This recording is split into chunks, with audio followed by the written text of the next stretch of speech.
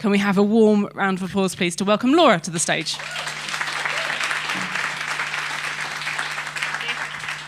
Which button? Oh, great. Hi, everyone. So I'm going to be talking about the actual fighting for the climate, what we can learn from historical social movements. Can I start by asking, put your hands up, would any of you call yourself a climate activist already? Got a couple. Okay, so I think in my bio for this talk, I promised to avoid any and all guilt trips. That doesn't come naturally to me, so I'll do my best, but maybe by the end we'll see if there's been any difference.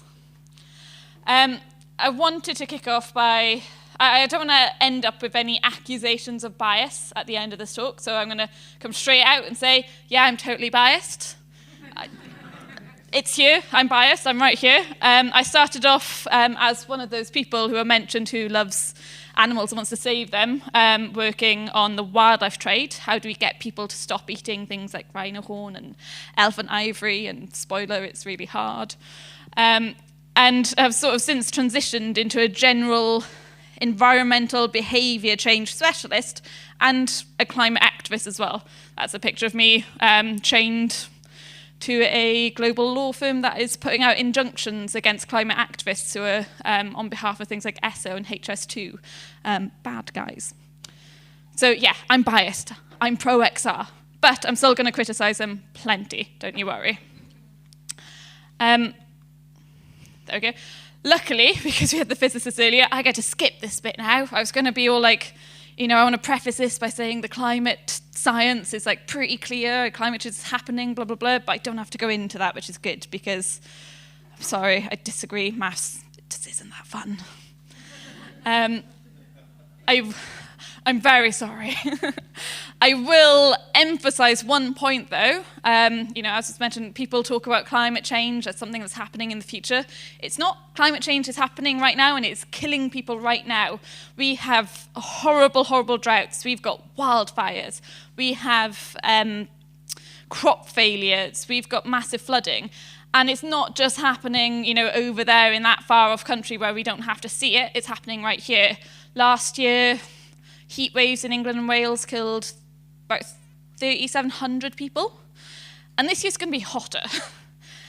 Already, every year, air pollution from fossil fuel extraction kills 40,000 people in the UK. We know people in the UK are dying because of climate change impacts right now. It's not happening in the future. So, in response to this horrible, horrible stuff, there's been a wide range of different climate movements that have been set up. One obvious one that I'm hoping by now you've heard of would be Extinction Rebellion. They sort of burst into the scene in 2018, 2019 with a big pink boat that they plonked down and made people sit up and pay attention.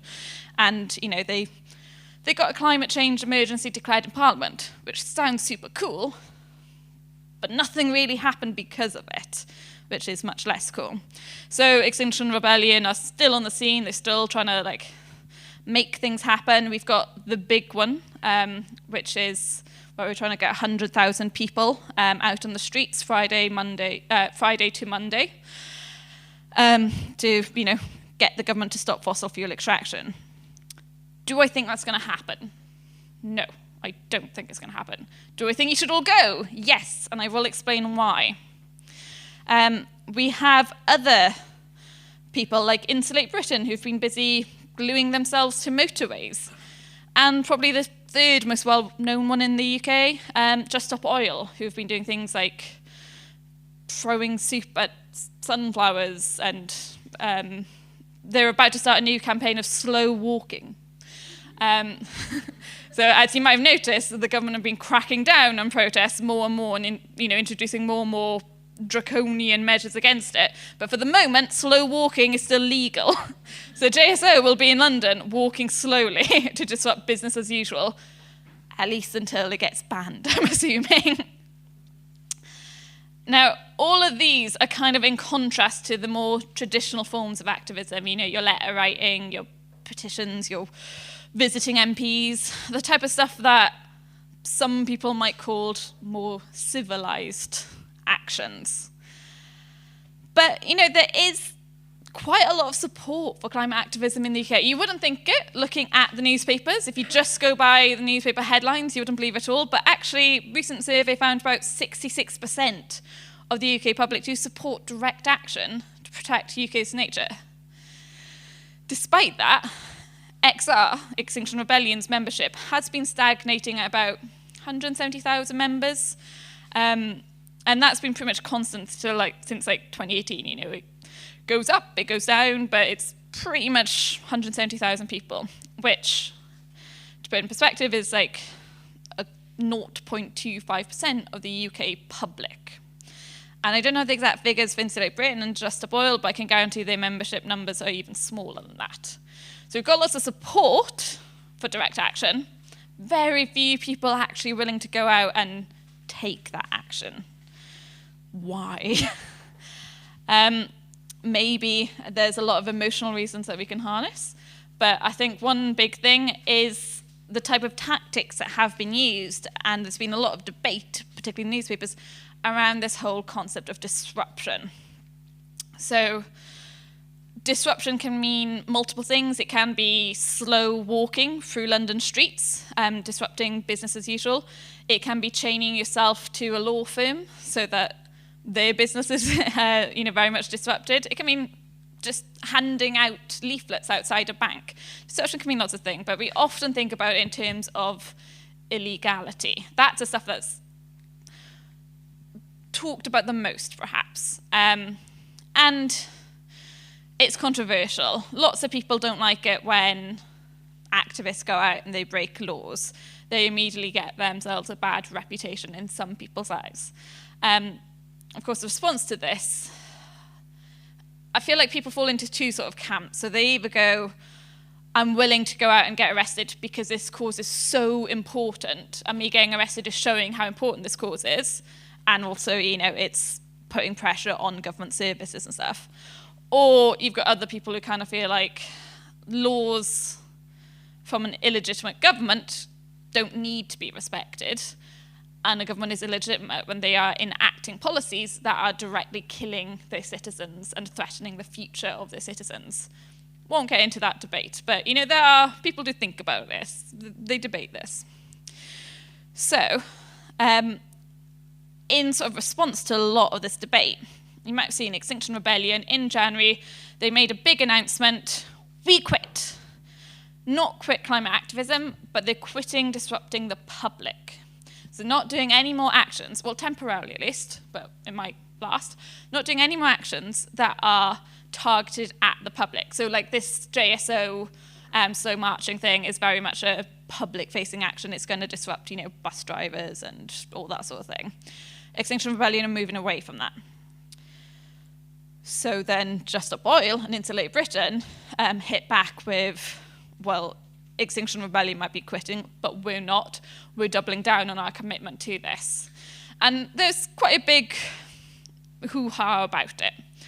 You've got Extinction Rebellion on one side who are like, no, we need the approval of the public. The public are pissed off that we are disrupting ordinary people, and we need their approval. We need them to get on board with us and support us. And then you've got JSO and Insulate Britain who are going like, that's all very well and good, but unless you're disrupting the public, you're not getting in the news, you're not getting attention. Attention is first before you get approval. You have to do these big splashy actions in order to get people's attention. Apologise to both of them, but they're both wrong. My stance, both sides missing the point. Unfortunately, I hate to say it, but the public don't matter. If we were in, a actual, proper, functioning, flourishing democracy, sure. The opinion of each and every person. If we had citizens' assemblies, as a regular thing, then ordinary people's opinions would matter. They would have influence, but they don't. And we've got lots of research on this. We know about how much lobbying goes on. At the last climate change conference, COP27, there were over 600 fossil fuel lobbyists at that conference. What are they doing there? We've got research So when recently Russia invaded Ukraine, obviously that caused a bit of a fuss about what's going to happen to energy prices and energy security and all this stuff. So the government introduced some like emergency measures, like an emergency statement of policies in response to this. There was research into what did ordinary people want those measures to be? What did the media report that should be the measures? Every single thing the media wanted got onto that ballot. Only 2 things the public wanted got onto the ballot, and it's because the media also wanted it. We've got other research that shows when it comes to policy making, business elites, they have disproportionate influence. Again, the opinions of ordinary people, general public, doesn't impact. So this arguing about do we get the attention or the approval of the public, sadly, like I said, it's missing the point because the public aren't creating political change. What you need to target are the pillars of support, so power structures, the things that are propping up the fossil fuel industry and that are supporting the government. So that's why I get really happy when I see things like this, where a load of prominent lawyers signed like a statement saying that they weren't going to prosecute climate activists anymore. Or I see things like university students protesting and getting fossil fuel recruitment actions banned from university campuses. You know, you need to look at like the legal system, the banking system, workforce recruitment, the things that are propping up the fossil fuel industry, and you need to target those directly and target things that influence the government.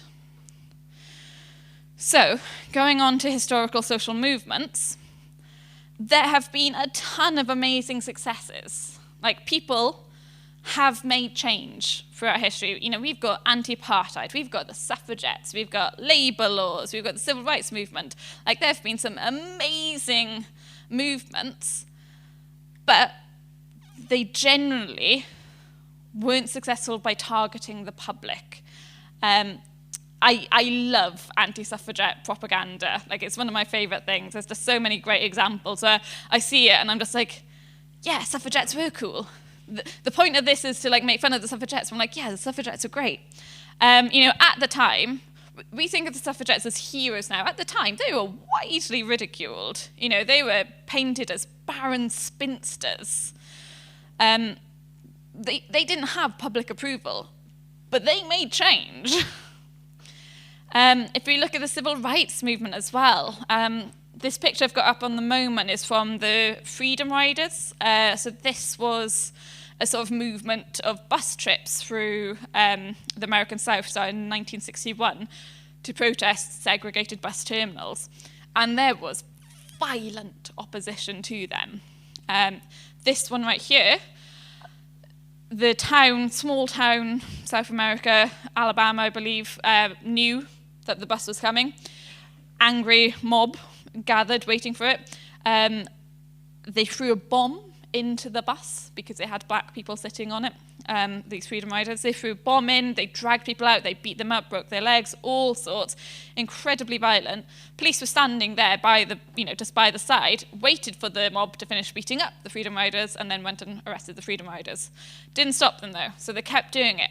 They did it loads until, they kept going until the law changed. Local jails were overflowing. Over 300 of these Freedom Riders had to be sent to the state penitentiary because the jails were overflowing, until it just became too much trouble to keep this law on the books. It became too much trouble to keep trying to prosecute and arrest these people. And that kind of brings me slightly back to the big one, which is the name for this 4-day protest that's happening. Not my favourite name, didn't have any influence on that. So it's 4 days. The original plan, by the way, was that people were going to occupy the space around Parliament and they were going to stay there until demands were met. I liked that plan. I wasn't sure how successful it would be, but I thought it's got a chance. If you disrupt the business of Parliament, you make it so that MPs can't get in, you might just get them to cave. You're affecting that sort of cost-benefit analysis until if you had 100,000 people, can't arrest them all. Maybe the easiest way is to cave to the demands. Unfortunately, it's now become a 4-day event because that's what the Met Police want. And I'm like, what sort of protest organisation is doing what the Met Police want? How is this happening? But it does make sense, and I'll explain why in a little bit. So that determination, that staying power, isn't quite there for this event. One of the other campaigns that XR does that I love is the Cut the Ties campaign. So that picture of me chained to a bank a law firm was part of that. So it's about cutting the ties of the support for the fossil fuel industry. And so they go in and they do things like they smash Barclays glass windows because Barclays is a massive fossil fuel financer. Or they go and chain themselves to a global law firm that is defending climate criminals. But it's a one-day thing, and then they go away. That's not how change happens. You need to be there every day. You need determination and persistence until, again, that cost-benefit analysis, until that law firm is looking at every single day for a month or whatever, we've not been able to do business properly. Maybe it's more profitable for us to stop defending the climate criminals. That's what we need. You need that staying power. Still on the civil rights movement, they were also brilliant in their choice of targets. So they knew that poor black people in the South, government did not care about their opinion. You know who the government did listen to is rich white businessmen. So they did a lot of things like boycotting white-owned businesses until taking their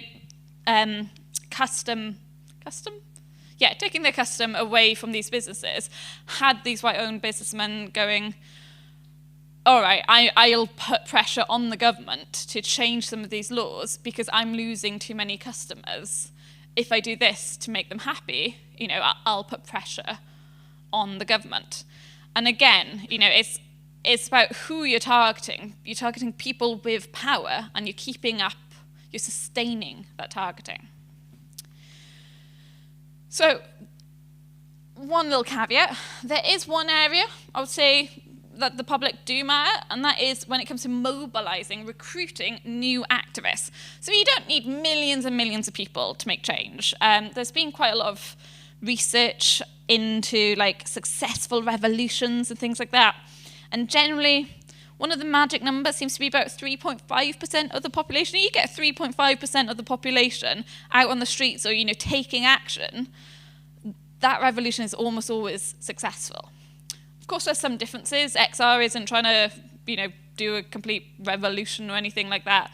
But I think it is likely we do need more than the 0.25% of people that you currently have. So one of my areas of specialty is how do we recruit these new activists?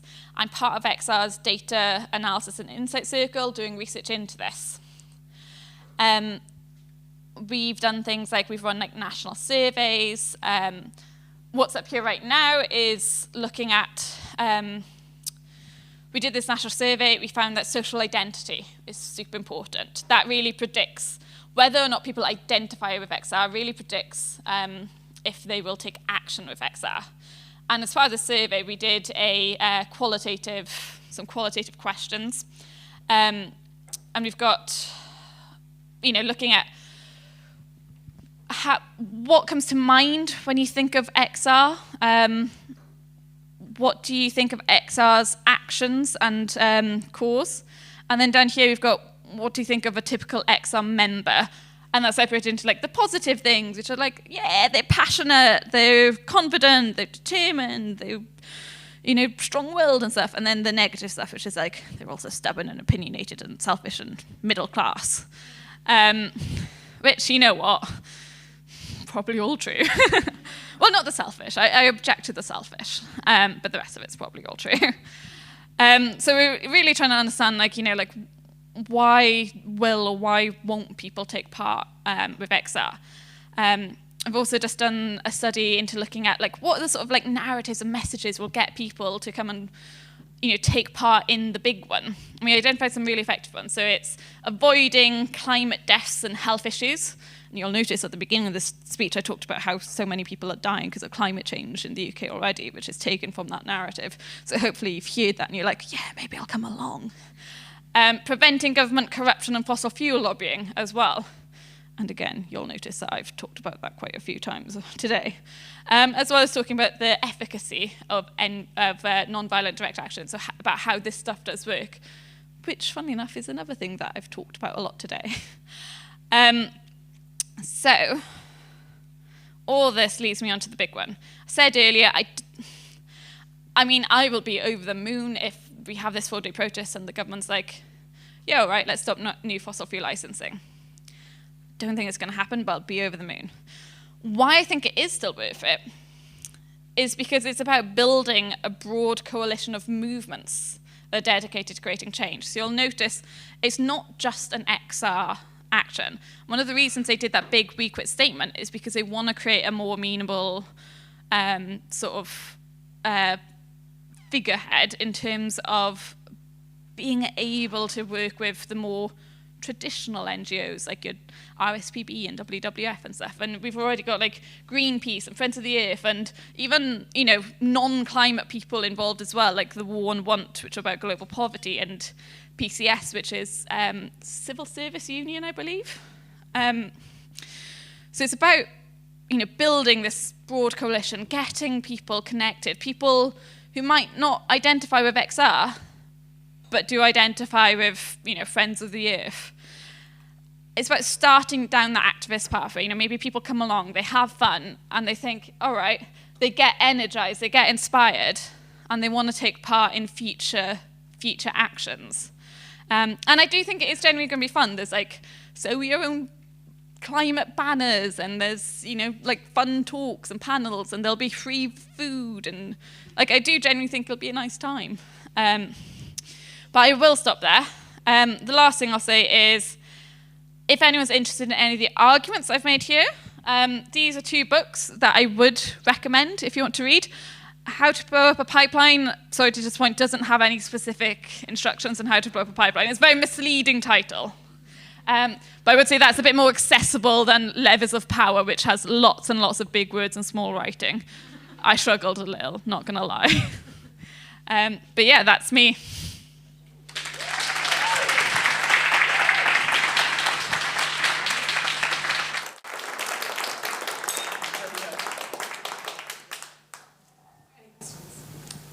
Yeah, hi. Hi, thank you. It's really, really great talk. My question is more about the examples you use of social activism the examples are very national, whereas the Extinction Rebellion and a lot of the aims that you're looking to achieve are very international, and as we can tell by this trust government, we're very much dictated to international markets and stuff. So it becomes that sort of very deliberate action, I imagine harder. Is there any examples of where international activism has been more successful and that we could glean lessons from that as well? Yes. Are there examples of, so a lot of the examples we've talked about have been very nationally focused actions. Are there examples of international actions that have been successful? And I would love to say yes, but I can't think of any off the top of my head. I'd really love to believe that there are. I mean, I think some of the campaigning around the EU in terms of nature laws that have come into force, well, are soon going to be leaving us, very sadly, but initially when they were created, I mean, that was, campaigning across Europe from different European countries, so that might be the closest example I can think of. But maybe this will be maybe the coalition of movements across the world will be the example that people can build on later on, fingers crossed, yeah. Yeah? So you mentioned that you changed yourself to a law firm. I was just wondering what the name of the law firm was. Yeah, I'm happy to say, but I keep forgetting. Evershed Sutherland or Evershed Sutherland. Yeah, that's it. yeah, I was a bit disappointed. So there's also like 2 older men who also did it, and like the security guard came out and he was like really aggressive and angry, but he didn't shout at me at all. He was just like yelling at the 2 older men, and I was just like, I want to like be part of this. Why aren't you shouting at me so I can talk back? Didn't someone give you the finger though from inside the building? Yes. Yeah, there was a woman in the building who did keep giving me the finger, and I decided to be the most annoying person I could be. So I just went to her, I hope you find the peace and happiness that you're looking for. Which I thought was the most infuriating thing I could, think of to say. It seemed to work. Yeah. Hi, thank you very much. I have a question that relates to the first question, which is about the difference between sort of national and international action. The We Quit action by the Extinction Rebellion was specifically Extinction Rebellion UK, right? So why do you think this is happening here and not by other branches of Extinction Rebellion? Because of my research. So why did Extinction Rebellion UK do this I Quit thing when Extinction Rebellion elsewhere haven't done that, other movements also haven't? So it's because of the research that I was leading on with the data analysis and insights team. We did a load of focus group interviews, we did like national surveys, we did like quantitative social media testing, and we were just finding that the thing that kept coming up was people don't like the whole disruption public stuff. So because Extinction Rebellion UK would really like to build, like I said, this coalition of movements, they want to have relationships with other organisations, they wanted to have a more, public, amenable face. So we decided, I didn't decide, but they decided to go that route. Like I said, in terms of directly achieving political change, I don't think it matters what the public thinks, sadly. But in terms of building, that relationship and possibly mobilising new people, then, we'll see how successful it is. Again, fingers crossed. Yeah, hi. What's the role, do you think, of non-violence in terms of the success of activism and in terms of recruiting? And is there a kind of unified idea about what constitutes non-violent activism? So, going back to the whole what sort of a unified idea of like non-violence and the role of non-violence in activism? Going back to like the whole thing of what's a nerd at the beginning, you'll find a ton of different definitions. My sort of, personal opinion is that non-violence only applies to humans, so you don't get aggressive, you don't attack, you don't harm other people. Property, different matter. That's, and you'll see that with like smashing the Barclays windows and things like that. There will be destruction of property, and it's often done on purpose so that people will be arrested and put pressure on like the police force and everything like that. I think we should, personal opinions here, I'm in favour of doing more non-violence towards property, like there's a great bit in How to Blow Up a Pipeline where he's talking about this coalition of SUV warriors, I think they're called, but basically I love them. So they go around like Chelsea in the dead of night and they deflate the tyres of the SUVs. You've got no need to have an SUV in Chelsea, there's just no need for that. So they're going around deflating the tyres at night until it's becoming so annoying that people will, feel the need to stop buying SUVs in really central, rich bits of London and stuff like that. And I think stuff like that has direct costs to people in power and who are in a position to like make change. I think we need more of. The big one is very much not like that. They're trying not to get arrested at all. It's been arranged like in conjunction with the Met Police and everything. There'll be no worries about being arrested or anything like that. The big one. But I think other branch off campaigns, like, let's get physical. Not against people. And in fact, I don't know if anyone's seen, but the Grand National, there was Animal Rising, who were Animal Rebellion, who were an offshoot of Extinction Rebellion, They had like a load of activists like sort of storm it and like have a peaceful protest there. But I just saw on like the train down, a load of people had like broken legs, dog bites, pepper spray. Despite the fact the activists were being completely peaceful, the police were very much not peaceful and were quite violent, in fact. Which, if you've seen any like, you know, like the Black Lives Matter protests and things like that, you won't be shocked by this. Disappointed, but not surprised. And part of the like reasoning behind non-violent direct action is that it's actually more effective than violent revolutions. Again, violence in terms of people.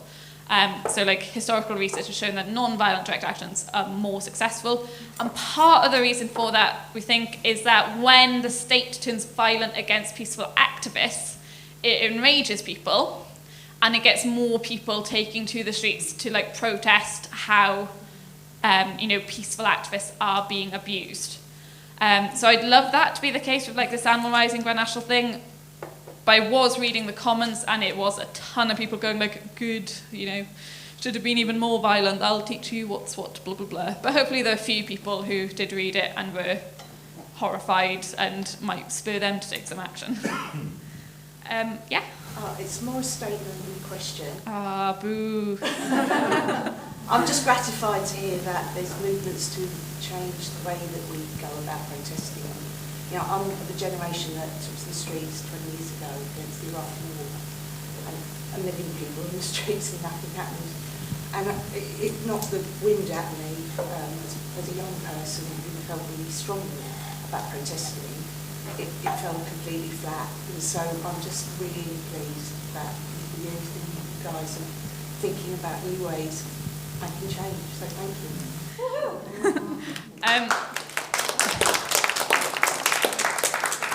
So for anyone who didn't hear, there was just pleased that like new generations are finding like new ways to make protest, and I think unless there are more questions, I guess might end, or I'll just say that the fact that 1 million people marched on the Iraq War, well, 1 to 2 million people marched against the Iraq War, and nothing happened, was part of the original inspiration for the big one. Like the idea being, well, the problem is they went home. What if those 1 million people had stayed?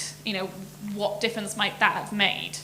I do believe that there are plans that in 100 days' time, if the government hasn't made any changes, people will come back, and we hope that more people will come back, and then 100 years after that, come back again until you're getting like these really huge numbers of people continually on the street. And yeah, it's all about, like, this has been learning about, from historical movements, what can we do? Were there any other questions? So should we actually be provoking the police to beat us up then? In the hope that we'll get the public... Well, you can if you want. I'd prefer not to. The team. I'd really prefer not to. But, I mean, it worked with the civil rights movement in the 60s, didn't it? They saw it was publicised and people saw peaceful people being brutalised by the police and having water cannons, and that outraged the world. So maybe if they saw us, and when Sarah Everhart, when there was a big march for her, the woman was killed by the policeman, the police started roughing up the women there. And that really turned the public against the police. So I think maybe we could work with this to kind of, because if we're being peaceful and they're brutalising us, then yeah, that will upset people, I hope. So I'm not sure how many, so that was, should we antagonise the police into beating us up to get more public sympathy? In a peaceful way. I have to say, I'm sorry, I am very committed, but I'm definitely not willing to go to that length. I'm a bit of a pansy, I don't want to be beaten up. If other people want to volunteer, more power to you. One of the most shocking things from the Black Lives Matter protests was the violence of the police. Like, there were tons of videos of people being shot with the paintball or the beanbag guns and things, and just the horrific violence that peaceful protesters were experiencing. And I don't know how much of that was a factor, but there have been some really clever econometric analyses of protest data, controlling for weather variation and all this stuff, which found that they did have an influence. There are less Trump voters amongst people who are exposed to the Black Lives Matter protests when you control for external factors and stuff. So it might, I suppose it might be a way forward. But again, braver people than me will need to volunteer for that.